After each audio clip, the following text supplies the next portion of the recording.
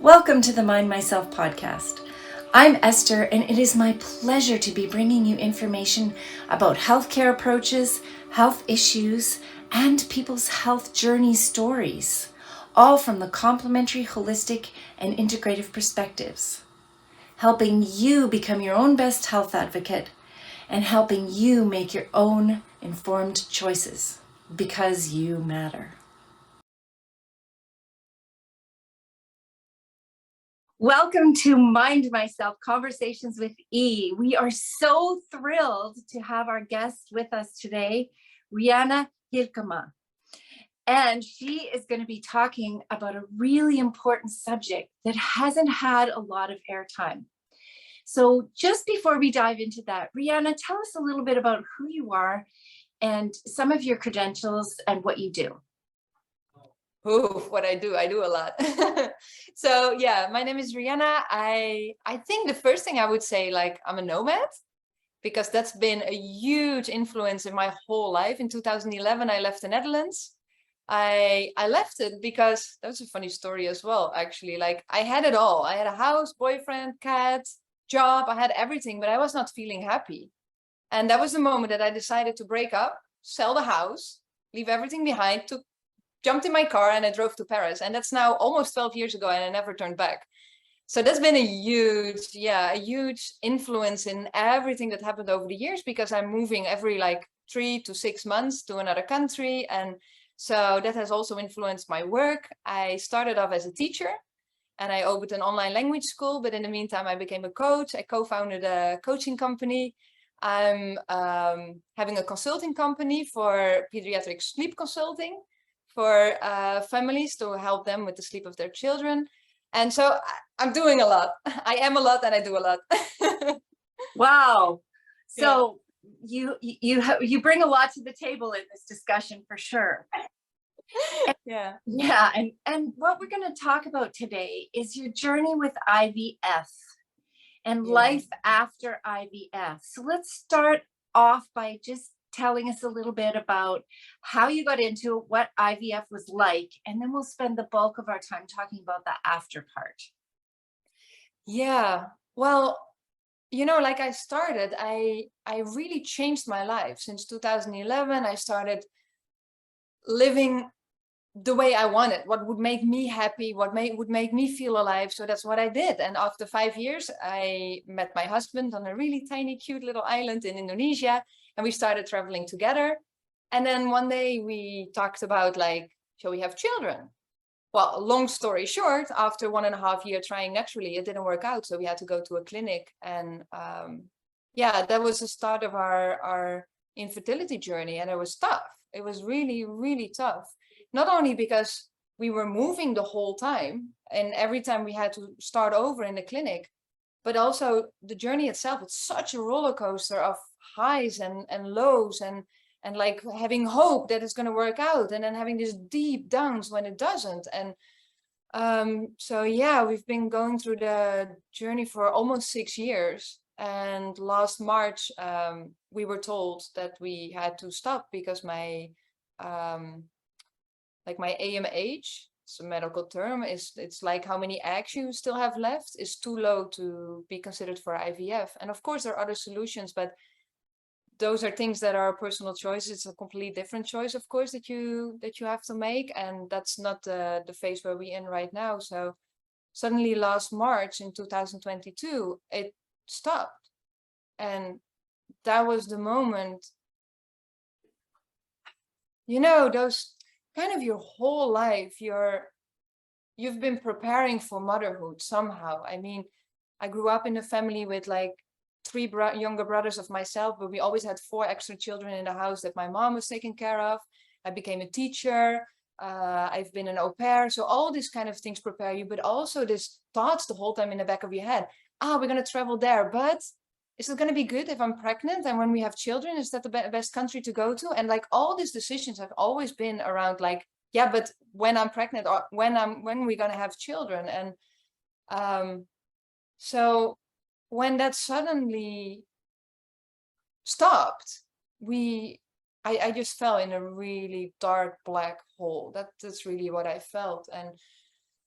We were in that time in Colombia when we heard that news, and I spent days and days crying in bed for this dream that it was over. And I cannot even describe the emotions and the feelings that were going there. It was just really dark. It was really bad. And it felt, and it sounds really weird, but it felt like there was no purpose, that I had no purpose in my life anymore, because this was always my dream, whatever I'm doing, but I'm working towards this moment that I'm going to be a mom and we're going to travel around the world. We had all this big visions and ideas, and everything just collapsed. Like, okay, so what now? And yeah, so I was in a really, really bad state in that moment, and I wanted to get out of it, but I just couldn't. I felt so stuck, and I I literally remember that I was screaming for help.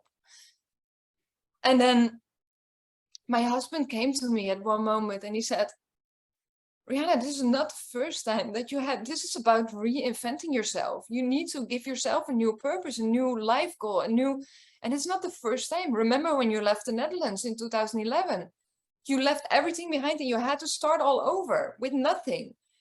Or like when I heard that my best friend got cancer, my whole world collapsed as well. Like all these moments that I had, or my husband was in a near-death experience in Indonesia when we were living there. And I thought he was dead. They called me that he was dead. And I was just all by myself in Indonesia. And in those, like, it was now almost a full day, it was 20 hours. I reinvented myself. It sounds really weird, but I was like, okay, I have no husband. What am I going to do? Where am I going to go? What is my life going to look like? And all these moments, I had to reinvent myself. And he said, start writing down. What did you do to get out of it? Because you came out of it. You're this happy, positive, vibrant person, and find her back. She is there. She didn't leave you. And so I started writing and writing and writing, and all the transitions and all the steps that I've done to get going from one moment to another. Because it's funny, sometimes they say when you go through a transition, it's like when one door closes, another door opens. Well, yeah. Sorry, but it's not true. And it sounds pretty cliche and trite. Like, here you are, one of the hardest things you've ever gone through, and you're feeling at your rock bottom, and they say, oh, when one door closes, another one opens. So how did you manage that transition for yourself? And also, what was it like for your husband? Yeah, to try to explain what it is for my husband, that is really hard, because we've been in such a different situation. And of course, me being very emotional, he's very rational. I've been through the whole physical process that makes it already also different to experience this whole journey. And we talked a lot about it, but we've always been on different paths, and we've been really respectful for each other's journey, but we could not really support each other. And thank God there are a lot of good therapists and psychologists out there who could help me stay on track. And together we found a way that we are where we are right now. And yeah, one thing that I always heard, let me first go back. Like when I was starting writing and figuring out, like, what did I do in the other times to get out of it? And I came to 6 points that were really essential. And those has been also the points that I'm sharing with everybody who's going through this and coming out of no matter what transition. It doesn't have to be only infertility. If you lose a partner, or like every heavy stuff that you didn't sign up for that's coming on your path, and how do you deal with it? And I came out with 6 steps, and I gave them the acronym ACCEPT, because that's also something that people say, yeah, you just have to accept the situation and let go. Now, sorry, but that's really, really tough. Yeah, exactly. And but what I thought and what I felt was way much easier for the first step is like acknowledge. Acknowledging is so much different than accepting your situation. And really acknowledging it just is. This is it. And stay with the facts. And that really helped me, because with everything I put an emotional, and now this is taken away from me, and this, and why me, and all this emotion. But when I stay to the facts, it's like, okay, we did infertility, we did everything we could. I have no regrets of anything, and we're now childless after infertility. And we need to find a way to move on. Because in the end, if I'm becoming 100 years, I hope I'm gonna become 100 years. there are two ways. I can go to that path miserable and feeling sad for everything that I never had, what I wanted so badly, or I can go in the path that I'm still sad, but I'm also grateful for everything I do have. And they're going to be both hard, because being miserable for the coming 60 years is going to be hard, but being happy when you, despite not having what you want, is also not easy every day. But I know which one is worth it. And that was really, really a big thing for me. So it was like, acknowledge the situation, then get back control. That was the second step, like control the controllable. What can you control in this situation right now? Okay, things that I can control is like putting clothes on in the morning and putting some makeup on. And even though I don't feel good, at least I looked good. And that gave people the idea that I looked good. So conversations were starting to become different, and really focus on that. And then the next was really create a routine. So in the morning, I wake up, I go for a walk, because I know walking is so good for your body. And when you're dealing with trauma, it's the best way to clear up your tissues and everything. So that was part of my routine. And eating healthy, drinking a lot of water, all these little things, not like making a crazy diet or anything for myself, or I need to be 6 days of the week in the gym, not these kind of routines. Really simple steps that you can do that you can take back the control and create some kind of rhythm. And then the next was really put expectations with compassion, because, you know, okay, now it's been 3 weeks. I need to stop grieving so badly. I cannot cry every day. No, be compassionate with yourself, because you So important. That is oh so, my God. all these are all great, but that one in particular is so important. Please keep going. Yeah, we're beating ourselves up otherwise. And it's just, and then the next step, the fifth step, was really about having positive feelings. You know, people say, yeah, you have to think positive and you're going to feel positive. It doesn't work, because if you don't feel it inside. So what I was doing was really finding ways that I knew would make me happy. So walking was one of them, putting on nice music. And when I had this music on, I started feeling happy. And then it was like my body and my mind were just fighting each other, and my mind could not think positive. How can you think positive? Your dream collapsed. But my body could feel happy, and it could have this joyous feelings of like, oh yeah, that was my favorite song. And even though it was 5 seconds a day in the beginning, like I felt happy, it's over time, it became more and more. And then all these steps are really important to do that for yourself. And this is your work. And then the last one was really, then go out there. When you've done all this self work, go out there and find people who are willing to listen to you, who are understanding you, who get you, and that's been something that has kind of been the hardest step of all of them, to be honest, because where are those people? Where are the people that I was looking for? The people who are childless after infertility, or childless not by choice. I mean, they're not on Facebook showing off pictures with their bruised bellies or their nursery room that they will never use. I mean, they are not. They are struggling in silence. And I so badly needed them. I so badly needed people around me that would say, oh, I get you. I've been there too. And I could not find that recognition with my friends, with my family, and people felt uncomfortable talking about it. They tried to give advice that I was not waiting for. And, you know, so it was really about creating my own tribe, the people that get me, and that helped me move forward. And this is also one of the things that I'm really focused on right now, is creating those tribes. I'm really busy creating a global movement of having all these women who are childless, not by choice, coming together and have moments to, like in Zoom sessions, but also in person. I'm hosting retreats, for example, for women who are childless, not by choice, where we can come together and we get each other from the beginning. And then we can step in this journey of like, okay, how do we move forward? You cannot do that before. You cannot do that before this first self-work and having these people around you who support you and inspire you as well. Because that was also something when I started talking to women who were childless for like 10 years, and I heard their stories, and I was like, oh, I hope one day I can feel like them. I can feel also that it was the worst thing that could happen, but I made something nice out of it. It did not hold me back in other dreams that I had. And that was like, yeah, that was life-changing for me. Amazing. And so we'll talk a little bit more about what you're creating right now, which is amazing. How did you start finding other people who've gone through something similar to you? And I know you've had to create that, but how did you go about starting that? Yeah, I needed to really step out of my comfort zone for that and share my message. The first 5 years of my infertility journey, I never talked about it. And it was only the last year that it was just too much, you know, it's taking over your whole life. There's all these appointments, all this.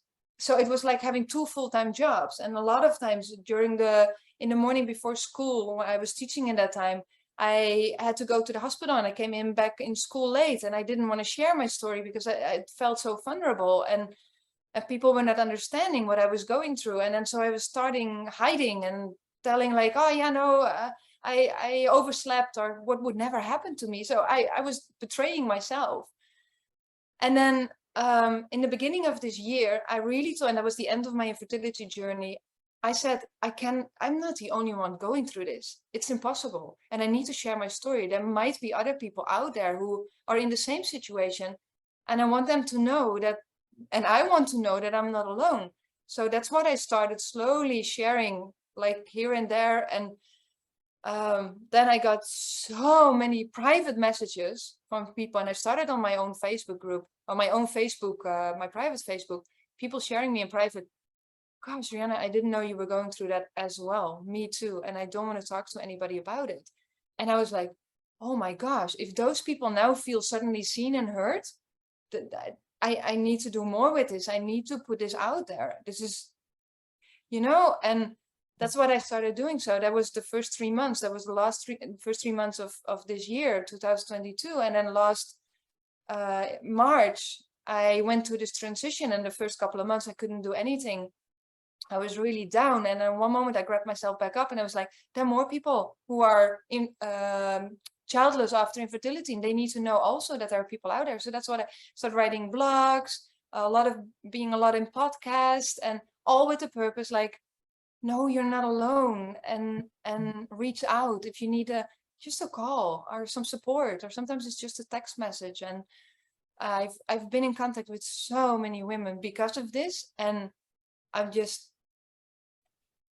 I'm so grateful that I had the courage to step up. And because I've got a lot of setback as well from people who were giving me advice unsolicited, or they were telling me that I was not hoping enough, or that I did not do everything, and like a lot of things that are really harmful and painful. But I know now that what I put out there is bigger than all this setback. So I just keep going and sharing my story, and letting others know that, yeah, that they're not alone. That's so amazing, Rianna. Thank you for the work that you're doing in the world right now. It's just been something that people have not felt they've been allowed to talk about, and you're providing a forum and a space and safety for women to come forward and say, that's me. I want to talk to somebody about it. So that's amazing. So that leads us into, you've got some things coming up in 2023 for women that I think are going to be amazing. Can you share a little bit about those with us? Yeah, so March 2023, that's going to be the first of a series of retreats. So it's going to keep going for the next coming years. And it's a walking and a hiking retreat. And again, like I said in the beginning, walking movement is really good to heal your trauma because it stays stuck in your tissues. And bringing childless women together, women who are childless, not by choice, whatever the situation is, and coming together in a group where you feel heard and seen as the base, as the foundation, and then walking for 4 days, because that's what we're going to do in March. We're going to walk for 4 days on the Appalachian Trail. So exciting. Wow. Yes. Wow. And it's going to be small groups every time, because then we get this really connection together, and we really moving. It's going to be a journey of looking back at the past, focusing on what you want to create in the future, and what can you do right now in your present moment and in the life that you're currently living. How can you move towards that future that you would like to have? And I have a grief counselor with me as well. I have a wilderness guide with me, because it's really important that there's enough support for everybody to feel safe and to feel guided and to feel supported, because I've been there, and it's really a hard journey to go through that alone. So March is the first one, it's the Appalachian Trail. Then the summer, we're going to go to the Santiago de Compostela. It's going to be a bit longer one, a 7-day one. And in November, I'm trying to get it now happening in Nepal as well, because that's the country that I have really warmly in my heart. And I want to take people there as well. There's a lot of energy as well that's helping to get through the process. And yeah, super exciting. Wow, that's amazing, Rianna. So you're doing such amazing work in the world, and I know people will want to find you. We'll post your information and how people can find out more details of these incredible journeys coming up, and how to have conversations with you. So we'll be posting that. And is there anything, as we wrap this up today, this fantastic conversation, is there anything you'd like to say to leave people with? I think one lesson that I really got out of the whole infertility journey and looking back now is be careful to not focus your whole life on one thing, because when that one thing doesn't come out, your whole life collapses. And what I've been doing in the first couple of years of infertility was really focusing on that baby at cost of everything. I mean, I didn't care about my friendships, my work, my relationship, everything. I just wanted to have that baby. And you get like hooked up in that. And for me, it's a baby. For another person, it's that dream job. And for another person, that's that car that they want to have. It can be all kind of different things. But if you focus only on that one thing and you forget all the other areas in your life, you'll see that the day, hopefully you get what you wanted. Great. But if it doesn't work out, then you still have a whole life left. And that's really what I took away from it, because now I'm traveling around the world. I have an amazing relationship with my husband. I have great contact with my friends and my family. I do the job that I love, and I'm really living an extraordinary life despite not having what I want. And that's what I wish everybody. Like, hopefully you have everything you want, but I think that's a hard wish to have. So make sure that all the other areas where you have control over to, make them the way you want and follow your heart in that. I love it. Rianna, thank you so much for your time. I know it took a bit for us to get here, so I so appreciate it. And for the work that you're doing in the world, this is so important. So for people watching, please reach out to Rianna if you have a similar story, or if you want to join any of her amazing expeditions. Thank you. Thank you, Esther. Thank you so much. Thank you for giving me a voice. I really appreciate that. My pleasure. Thank you for being with us at the Mind Myself podcast today. We know that time is precious, and you've spent some of your valuable time with us. We're grateful. If you would like to reach out to our guests directly, the information is below. And if you would like more from Mind Myself, that information is also below. Please visit our website and check out all the information about the different complementary, holistic, and integrative healthcare approaches, information about health issues, more podcasts, tons of blogs, and we even have a community page for you where you could reach out and tell your story safely, or you could ask questions, and perhaps somebody else in the world is going through something similar to you. In any case, we're so glad you're with us, and we're doing this because you matter.